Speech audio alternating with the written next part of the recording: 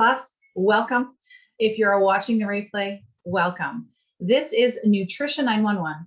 And in this special masterclass today, I am going to be sharing with you some really great information. The best diet for your body and your body's composition changes. I'll be sharing whether our genetics influence our food choices. Everything from saturated fat to carbohydrates. I'll talk about the benefit of DNA testing, as well as give you my top 5 takeaways. So one moment here, I'm just going to check the feed and make sure everything is good. And if you are live with me right now, if you're able to join, by all means, feel free to drop a yes, drop a high five, drop something. Here we go. I've got 2 people watching. By all means, feel free to comment if you are watching with you guys so that I know you're here. There we go. I'll get that here. So that way I can read your comments and answer some questions depending on whether time allows. All right.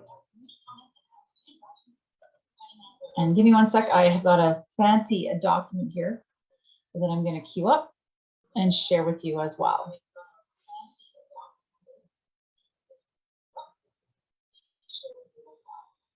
All right, so I've got 4 of you joining me live. This is wonderful. Who do we have? We've got Val here. Awesome. Thank you for saying hi, Val. We've got Janine. Oh, Janine's in the dental surgeon's office. All right, Susan, we've got some others. Drop a hello, guys, in the comments. Let me know you're here. All right, Susan, we've got some others. Drop a hello, guys, in the comments. Let me know you're here. And I've got our document. All right. So there's a few of us here. I've got a few of you ladies joining me. First of all, thank you so much for joining. All right.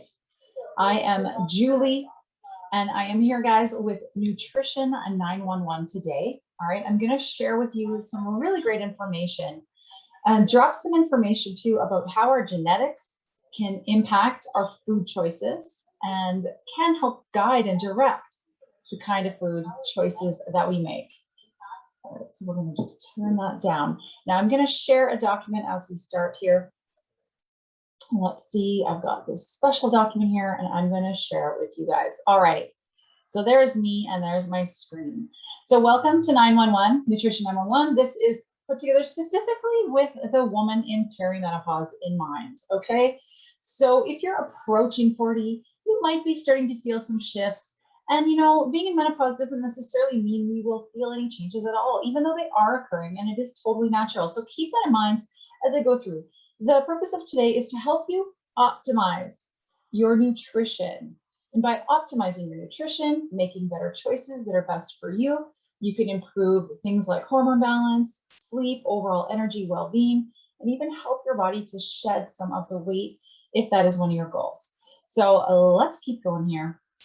And I will try and figure out how to get this slide to work. Oh, there we go. Use the scroll button. All right, so today we're going to cover, my friends, the best diet for you. Okay, the best diet, whether you're looking to lose weight or maintain, what is the best diet for you? I'm going to give you some guidelines on how to determine what that is.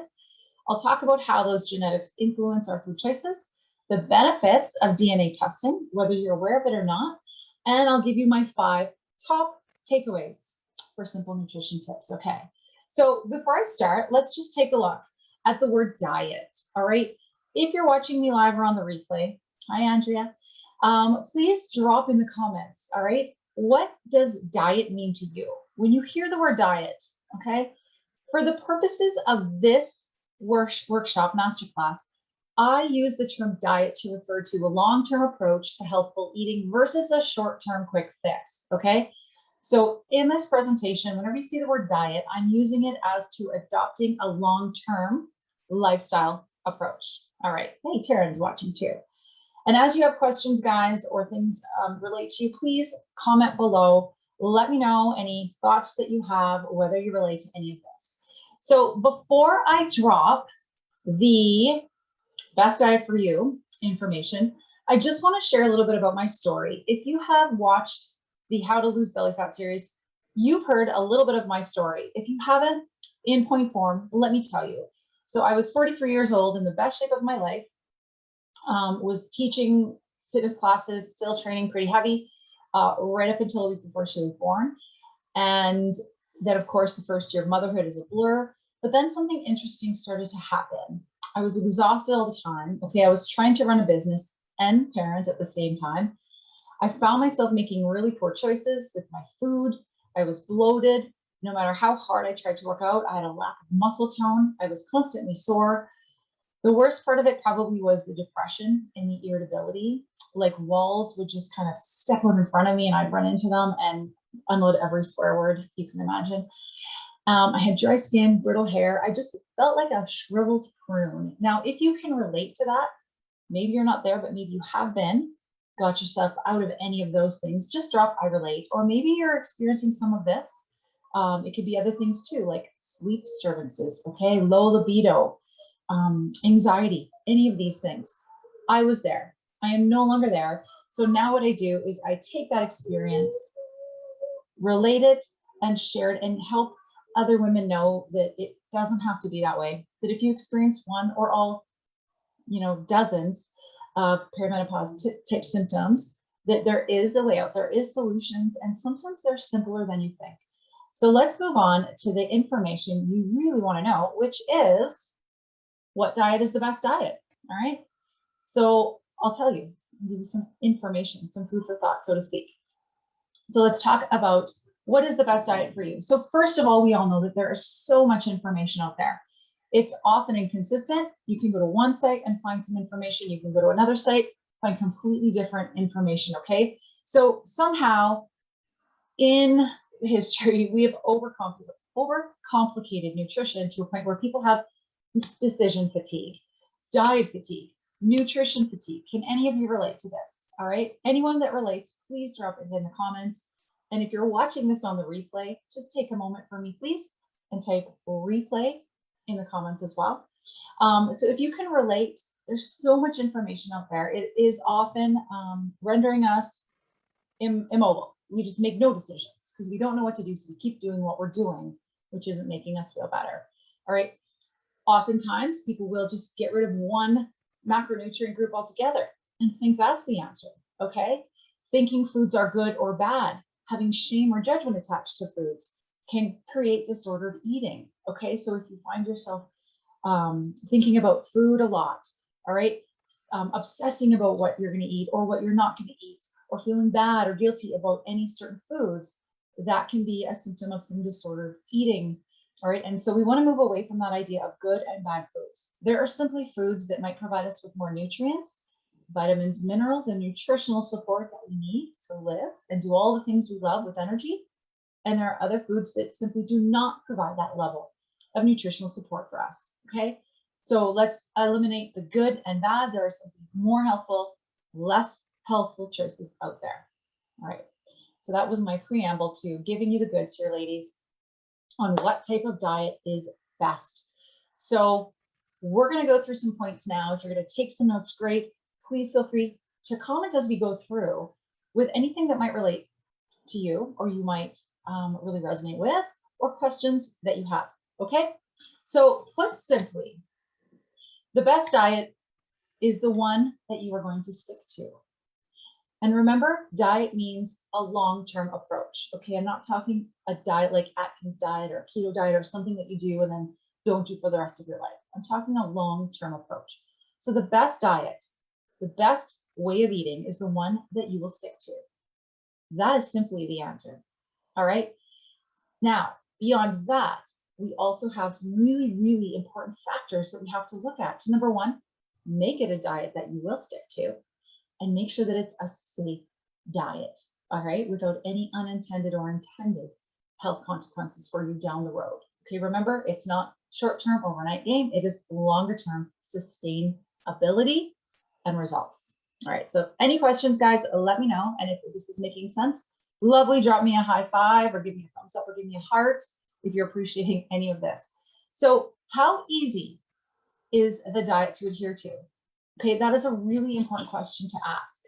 So will it be something that you stick with? Okay, so think about how you're eating now, or maybe you're on a diet right now. Is it something that you can stick with? Is it something that is financially viable in the long term? Okay, can you afford to keep eating this way? Can you follow it while you're on vacation? Okay, so is there a structure to it that even if you don't have this particular food, you can still follow this diet, this eating plan, no matter where you are, based on the guidelines around that eating plan? Is it a flexible approach, okay, or is it a rigid approach? People tend to be able to follow flexible, intuitive eating approaches long term than a more restrictive, rigid, this, not that, ever hard, cold line. All right. How many of you can relate to any of that? All right. How many of you have been on a restrictive, very rigid diet?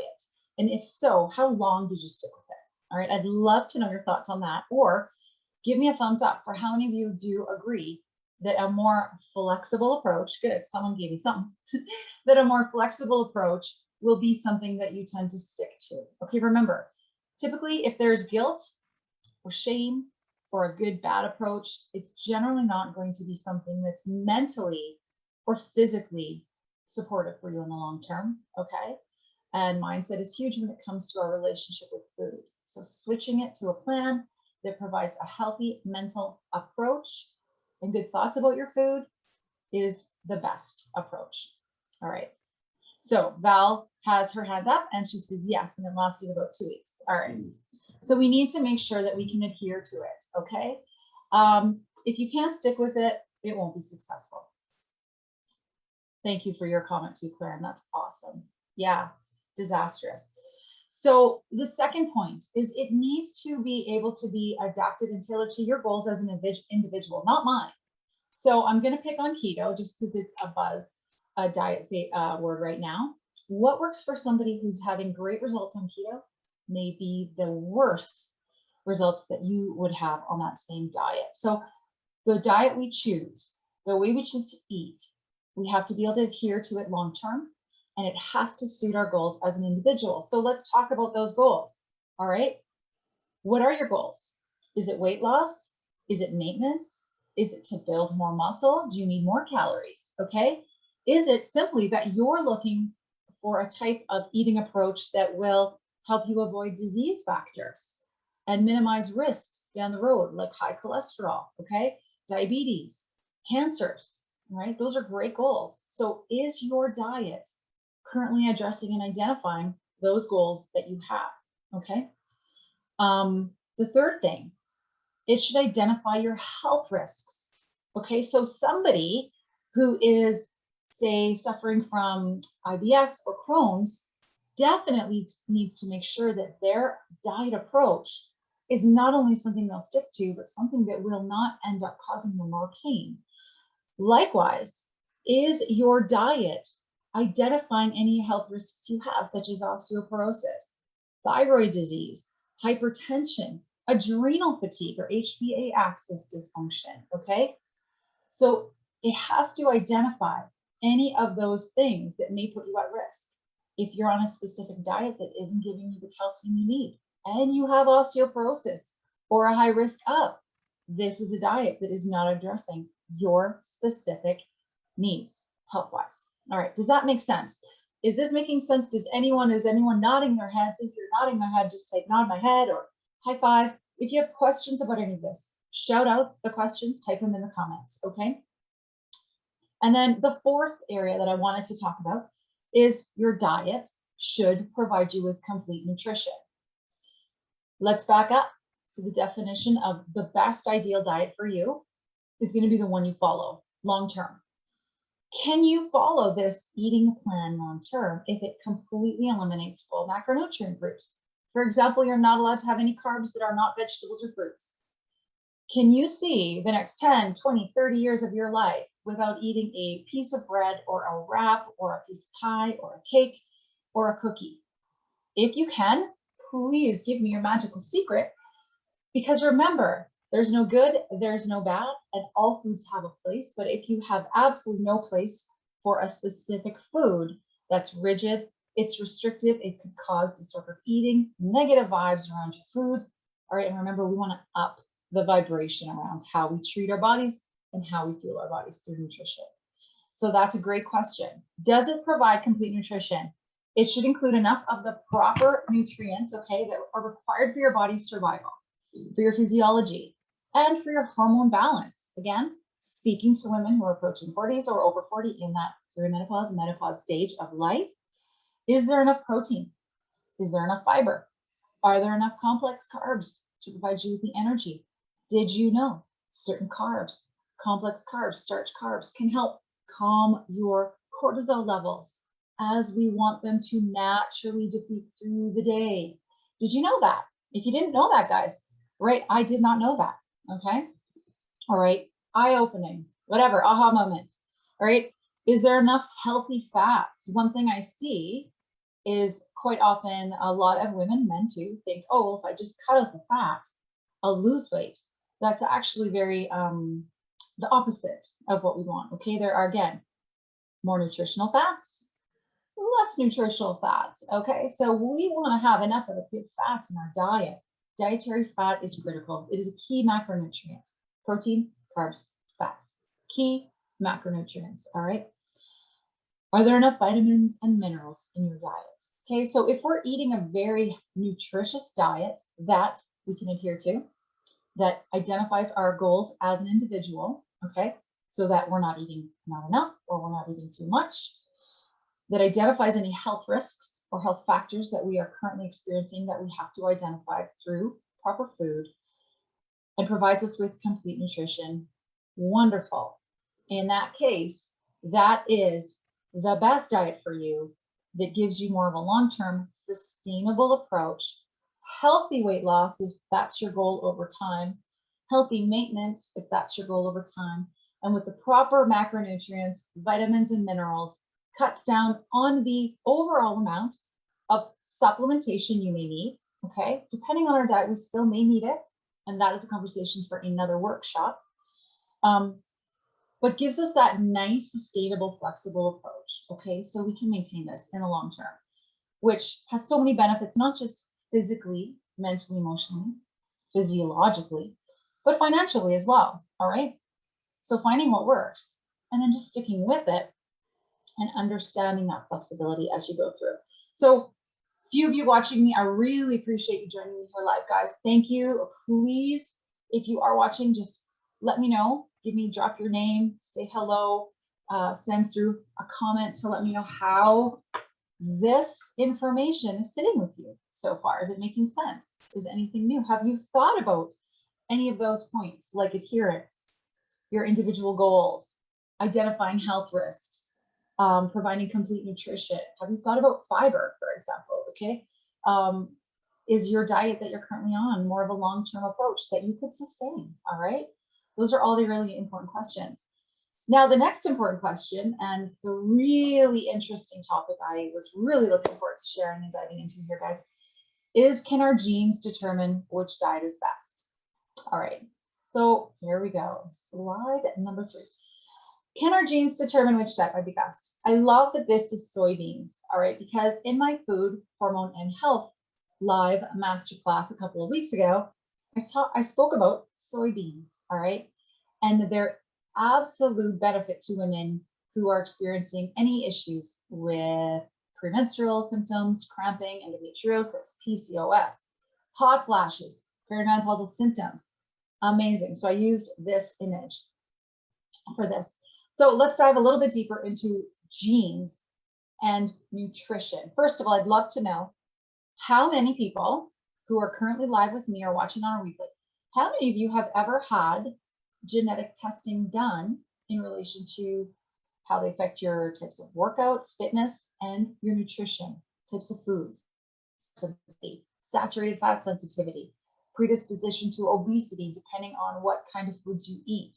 How many of you have had that done? Anyone? Say yes in the comments below so that I know. And if not, maybe drop a no. If you've never had genomic testing done, just say no, okay? These days with with a lot of the checks and balances put in place, there are more opportunities for us as women to go and have our genes tested, to get genetic testing done. All right, there's a lot of different options out there. The benefit to this, I think the number one benefit is that many women, once they have their results and they have a more clear roadmap, how their genes and the expression of those genes are impacted by food choices or not food choices, they see much more and they feel many more results in terms of changing their body composition. All right. So I'm going to go into that a little bit more here, but not in too much detail, guys. I'm trying to keep this short today. So let's look at the most researched dietary gene. Okay, so the answer to this question, first of all, can our genes determine which diet might be best? Is yes. Okay, they can. There's a lot of research that has been done and continues to be done in this area. And there are a few genes that can determine which diet might be best for us based on what this research is showing. So I'm going to show you a little graph here. Okay, so for example, the Fto gene, okay, the Fto gene, it stands for fat intake and obesity gene. That's what that means, okay? It's one of the most researched dietary genes is the Fto. There are a few versions of this, a few expressions of the gene, such as the AA, okay, allowed, that carries more of a risk for people who carry that gene when it comes to tolerated saturated fat. Okay, there's a bigger risk for the people that have that gene who may be more likely to be obese. Now, if you're looking at this chart going, what the heck does this mean? Let me try to break it down here quick. This is just one example. Okay, this is the ALL. And for example, let's say these, think TT, AT, AA. These are those few versions of the Fto gene. Okay, now if we look over here, this is showing, okay, how our gene expression is influenced by a low, a medium, or a high fat intake. Okay, this picture here on the left. Similarly, we look at the obesity incidence and likelihood depending on the expression of that gene we have in terms of carbohydrate intake on the right. So you'll see, so let's say I'm green. Let's say I've got the A, I'm AA. I've had my genetic testing done. I'm green. On a low fat intake diet, my obesity levels are down, higher on the high, okay? Higher on the high fat intake diet. That would seem to make sense.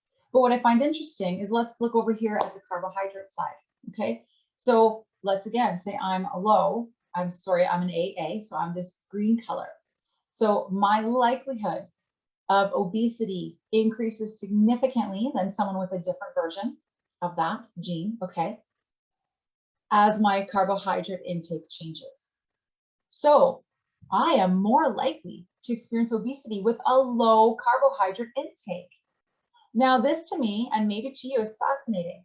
When you look at how many people, for lack of a better term, are fearful of carbs and yet wonder why. I'm reducing my carbs, I'm not eating carbs, and yet things are not budging. Maybe they're getting a little bit worse. Okay, so the power of genetic testing is huge.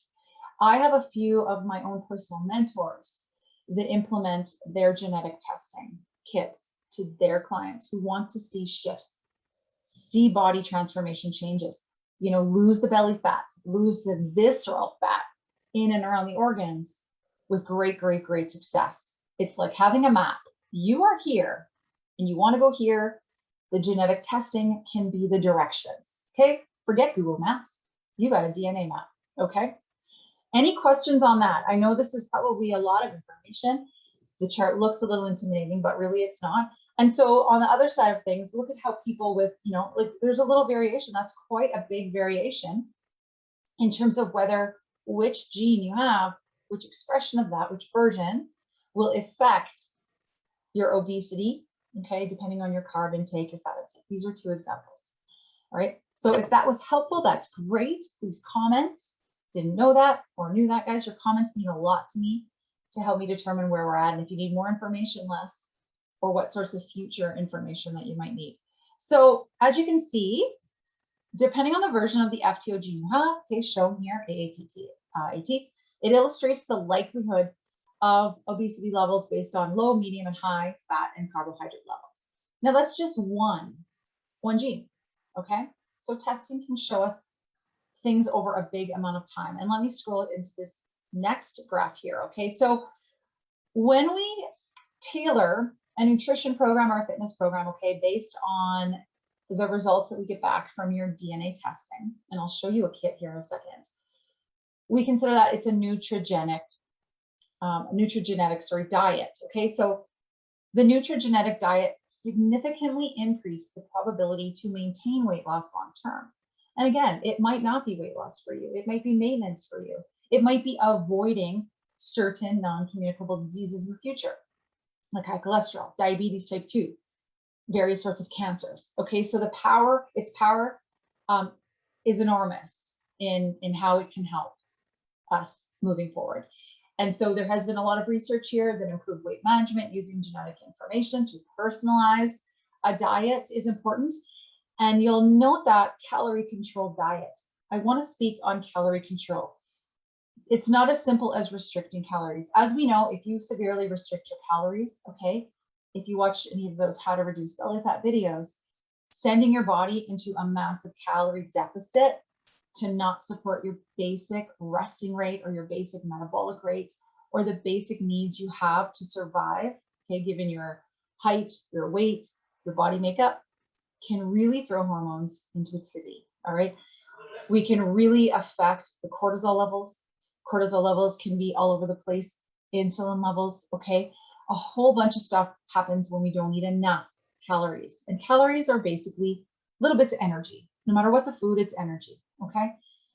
So we want to be very concerned with not eating enough, all right? Quite often, a lot of the women that I do personally work with, the dozens and dozens, I would say 80% of them have increased their calories and also increased the results, okay? And if you're stressed, if you are sleeping poorly, okay, you may not be getting the signal for hunger. You might not get signals for hungers at all. Or on the other side of that, you might get too many hunger signals because those leptin ghrelin hormones are out of whack, okay? So your physiology is changing due to your hormones. And we're setting things in even more of an imbalance. So the dangers of eating too less, the dangers of eating too much. If we have too much energy and we're not using it, it has to go someplace, all right? So the right diet for you, remember those 5 points, also is one that gives you the proper amount of energy to sustain your body's natural functions, AKA staying alive through the day. Any questions on this so far? If you're just joining me here, I see a couple new people on the live. Please type live or drop a hello. Let me know who is here with me watching. And if you're watching the replay, please type replay. All right, guys, so let's look at this graph here. So this is the standard, the small little green, that's the standard diet. Okay, that can be whatever someone's eating, not based on their genetic results. And to the right of that is the nutrigenic diet. Okay, it's not a special diet because it's based on your results. So I would not know what that is until you had your results. Now, that's not to say we cannot and do not get great results without genetically testing. We can, because we've taken into account those 5 very important key areas. This just gives us even more of a powerful result, okay? And again, if all those 5 keys that I talked about earlier, the ease of adherence, let's just review. The ease of adherence, your goals as an individual, identifying your health risks, providing complete nutrition, okay? Being able to be a long-term approach without rigidness or drastic reductions of anything. If all those are in place and things still aren't shifting enough, perhaps those genetic cues can give you a big clue to where we can tweak things even more to get that needle moving, okay? So very powerful, especially if you're the one, that lady who's cutting out those carbs and you've got that gene expression and that is creating more weight pack on your belly or wherever it might be. That's a perfect example. And it goes the opposite way as well. Maybe you're eating too many, don't need as much, all right?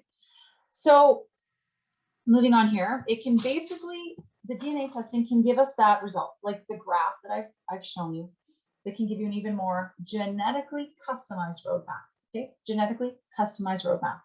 And it is probably not as much as you think. If you're thinking, I don't have thousands of dollars to spend on that, it's not thousands of dollars, okay? So many reasons, many great things we can gather from that.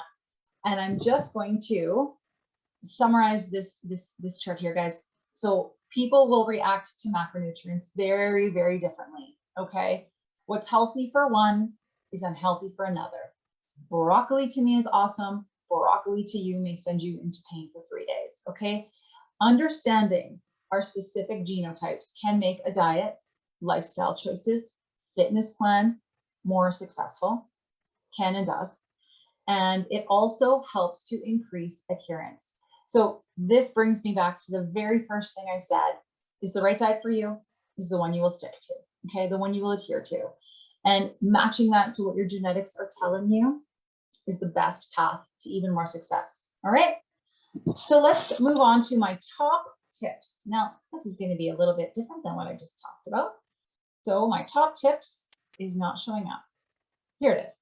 So my top 5 nutrition takeaways, ladies. And if you would like a copy of this, by all means, just write in the comments, want a copy, or yes, please let me know if you'd like a copy of this, the takeaways, or anything else. Here they are. Minimize refined sugars. Okay, big one. These are the sugars that are not naturally found in food. So I'm not telling you to minimize vegetables or fruits. I'm talking about the stuff that's created in the factory. So the sugars, the donuts, the cakes, all those. You just want to minimize those refined sugars.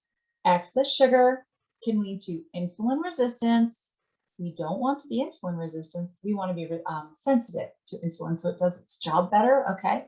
And if you're curious on more, go to the Food, Hormones, and Health on my website, www.fitnessover40.org. Go to the free resources and have a watch. That's very powerful too. You want to reduce your alcohol intake, all right? Limit it to 1 6-ounce glass of wine or cocktail a day max, all right? Whenever possible. Alcohol cannot really be metabolized. The body goes and tries to get rid of it as fast as it can. It's like almost like a toxin in the body. It can impact your sleep, which can impact your nutrition, which impacts your hormones, vicious cycle. Also, big tip for women in perimenopause. Ditch the caffeine by 11 a.m. Even more powerful, 10 a.m. But 11 a.m. should be that cutoff for caffeine, particularly if you have trouble falling asleep, trouble staying asleep, or wake up tired, okay? That's a simple switch that you can begin to make and over time see how that shifts things for you. Meal plan and prep. So success does require a certain amount of prep, friends, okay? It does. It's like getting pregnant, looking forward to your child, and then just having nothing ready for when your child is born. Let's take that similar analogy to wanting to be successful with our nutrition, with our health, with optimizing our health for years to come. A little bit of planning. So maybe when you're making dinner, you're thinking about the next day. As I'm making dinner, I'm already here in the kitchen. How can I prep? What can I make some extra of? While I'm waiting for dinner to cook, can I make some rice for tomorrow? Can I chop up a couple extra carrots, okay? Use those little times when you're already preparing food to think about how you can plan for the next couple days. And then finally, eat enough and avoid overeating. There is a delicate balance. That is why sometimes working with someone is great to really nail your needs, nail your basal metabolic needs, nail down your activity requirements, make sure you're getting the right amount, but not too little and not too much. It's kind of like that fairy tale, right? The chair was too big, the chair was too small. We want a chair that's just right. Same with our food, same with our calories. So guys, I'm just about to wrap up. That is the fastest I've ever done a live. This is great. I'm getting better. If you have any questions, can you please drop them in the comments? I would like to know if you have a question. I will do my best to answer it. I would also love to know, what was your biggest takeaway in today's Nutrition 911? I felt it was really important to provide you with the answer to the question, what is the best diet for you? So giving you the actual diet that's best for you, because I truly believe if you are armed with the knowledge, then yes, as a coach, I can help put the puzzle pieces together for you and support you. But the ultimate end game is you got many years ahead of you, right? That's the end ultimate goal, end game. We want to enjoy those years in optimal health, great energy, and being able to do it and empower ourselves with the knowledge to do it. So please tell me, what was the most important part of what I shared with you today? Was it those 5 tips on how to find your ideal diet? Right? Was it my 5 nutrition takeaways? Was it the genetic testing? Here is an example of the kit. that I am using with my practice, myself, and my clients. It comes to you. It is super simple. It is ProFit as DNA kit. I believe through me, it's 135, give or take, which comes with everything. The only thing that you have to take care of is your return postage back to the lab. But you get a kit. This is the swab, okay? So we'll just, it's really beautiful, easy to use.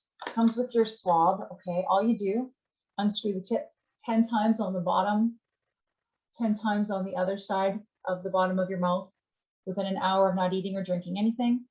Screw it back in, shake it a few times, put it in the envelope. It comes with your return envelope, okay?